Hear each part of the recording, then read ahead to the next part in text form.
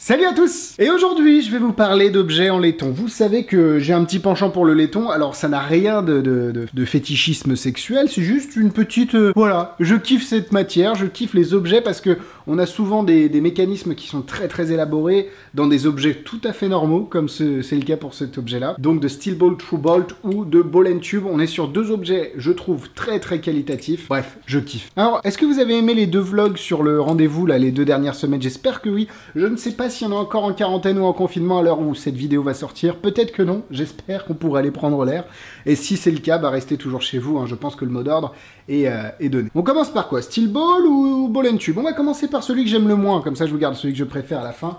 Hop. Alors, l'idée, c'est que c'est deux produits qui sont vraiment très accessibles niveau prix. On est aux alentours de 15-16 € pour les deux, enfin chacun. Et ici, vous avez un classique que j'avais il y a longtemps dans une boîte de magie, et c'est le Ball and Tube. Mais dis donc, Alexis, qu'est-ce que c'est que le Ball and Tube? Eh ben, je vais te répondre, jeune ignorant. En gros, vous avez une petite balle ici, donc la ball, et vous avez un petit tube, le tube. Ball and Tube. Voilà, c'est un petit peu... Voilà. Merci à tous, bonne journée. Comment ça, ça suffit pas? Bon, vous donnez à l'examen le tube, rien à voir, c'est un tube en laiton. Vous donnez à l'examen la balle, rien à voir non plus, c'est juste une balle. Et vous vous rendrez, enfin, le spectateur se rend compte que la balle est trop, le diamètre de la balle est trop élevé pour pouvoir passer dans le tube. Sauf si, on fait ça.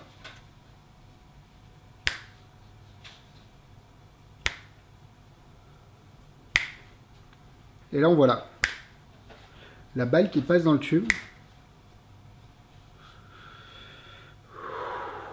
Ça demande beaucoup de concentration, surtout pour activer le gimmick. Et là, on remonte, on peut faire des remontées. Remonte, balle, remonte. La présentation est pas top, hein, je vous l'accorde. Balle, remonte, balle, remonte, balle.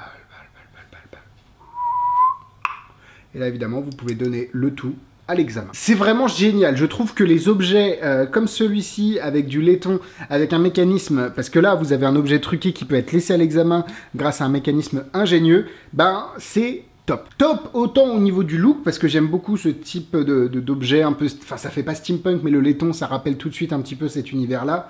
Et là, surtout, l'effet est très sympa. On peut l'utiliser dans de nombreuses situations, en pseudo-hypnose, en donnant l'illusion au spectateur, quand il ferme les yeux, qu'il arrive à pousser la balle à travers le tube, pour ce que vous voulez d'ailleurs. Je ne suis pas très bon en hypnose et non en pseudo-hypnose, mais ça peut être intéressant, et vous pouvez l'utiliser tout simplement comme un tour de magie, une petite expérience, et vous y arrivez, le spectateur n'y arrive pas. Il y a beaucoup de variations qui sont expliquées dans la vidéo en français de Magic Dream, hein, explicative, j'allais dire, mais oui, la vidéo en français, et vous pouvez l'acheter dans la description. Et vous savez qu'il faut passer obligatoirement dans la description pour que vos achats me rémunèrent d'une certaine façon, pour que vous puissiez me donner des avantages à la boutique grâce aux liens d'affiliation qui sont placés dans la description.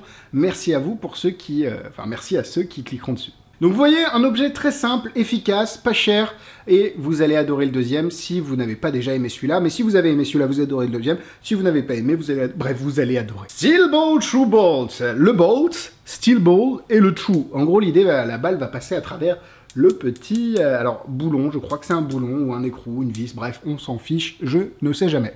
Vous avez donc ici la chose qui va là-dessus. je ne dis plus rien. Et ici, vous avez un pétouillon transitoire, comme Max l'appelle. Allez voir la démo de Max sur Magic Dream. Elle est toujours, c'est toujours un régal de voir Max faire de la magie. Tac. On vient visser ici. Donc le pétouillon sur la tige, là. On va se mettre là. Hop. On va mettre ça par-dessus pour éviter que ça bouge. Hop. Et on va alors visser. Est-ce qu'on visse là? Je sais pas. Ouais, si, ça continue. Super. Et l'idée, ici, c'est de mettre la petite balle par-dessus. On est d'accord que la petite balle ne peut pas passer. Parce qu'évidemment, bah, il y a la tige en dessous. Sauf si on fait ça. Alors, le parquet va prendre un coup. Magie. On va le faire même comme ça. Allez. Ah bah, je vais mettre ma main en dessous comme ça. Super. Magie. La présentation est vraiment pas folle non plus. Hein. Oh. On est toujours sur une idée de balle qui pénètre ou qui passe à travers. On est assez sympa ici. Allez. Oh bon Dieu, c'est pas possible. Oh, la balle est passée. Ouh. Et la balle est passée. Alors là, vous pouvez... C'est très compliqué en caméra, mais vous pouvez donner hop, la balle examen. On va la laisser là. Hop, vous pouvez la balle... Et là, vous dévissez. Et vous dévissez. Hop. Ah oui, non. Je dévisse, mais si j'enlève pas ça... Hop. Et ce qui est bien, c'est que vous dévissez. Alors évidemment, vous pouvez montrer à tout moment. Et tout peut être donné à l'examen. Encore une fois, j'adore cet objet. Alors vous l'avez vu, cet objet va vous permettre de faire passer une balle à travers, hop, ici, la petite tige. C'est du laiton. Le mécanisme, dans les deux tours que je vous présente en laiton, ici on a une similarité dans le mécanisme, ou en tout cas dans une similarité dans une des méthodes utilisées. Indice, il y a un pas de vis inversé, voilà, c'est entre vous et moi, je vous l'ai dit, voilà. Mais en gros, comment et où est le pas de vis inversé, c'est très très intelligemment pensé, et ce que j'aime énormément dans ce tour, c'est que vous faites ce que vous dites que vous faites. Vous dévissez, vous vissez, et le mécanisme est activé pendant que vous faites ce qui est naturellement fait dans la routine, et c'est très ingénieux. Pour un produit de cette qualité-là, avoir un prix aussi bas, c'est assez incroyable. Alors, d'accord, le laiton coûte pas cher, etc., mais quand même, il y a un travail, hein, il y a un travail de l'objet, on a vraiment des belles pièces, et on a quelque chose tout de suite d'assez marqué au niveau de l'univers que ça peut représenter, comme j'ai dit tout à l'heure, majoritairement le steampunk, mais pourquoi pas le jouer sur quelque chose, pourquoi pas de l'ère victorienne, parce que ça peut être des objets en métal de cette époque-là, on peut aussi le faire passer pour cette époque-là. Bref, j'aime beaucoup ces objets qui ont une identité assez forte et qui ont un effet tout aussi bluffant que les autres. Voilà, c'était mon petit plaisir d'aujourd'hui de vous montrer ces objets-là. J'espère que ça vous a plu.